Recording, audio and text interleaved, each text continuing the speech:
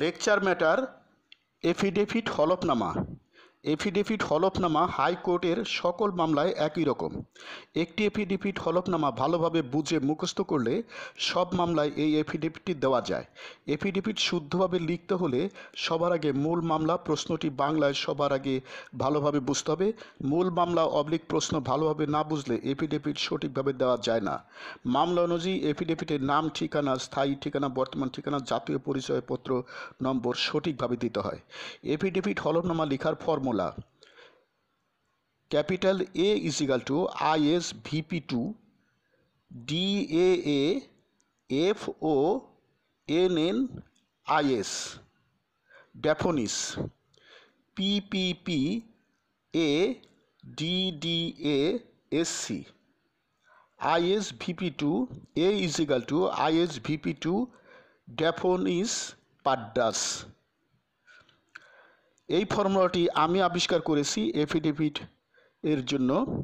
আমি Mohammad Nurul Islam Shital, advocate, Bangladesh supreme court. Here এখানে A = affidavit হলফনামা, I = I ...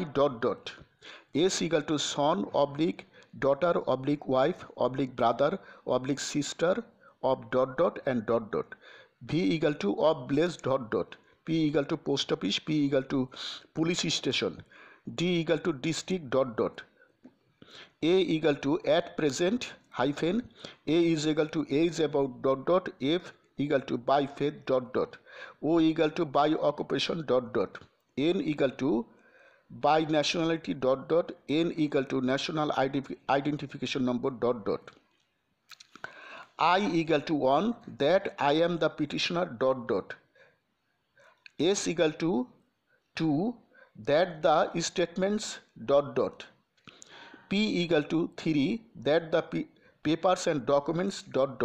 P = 4 that the petitioner ...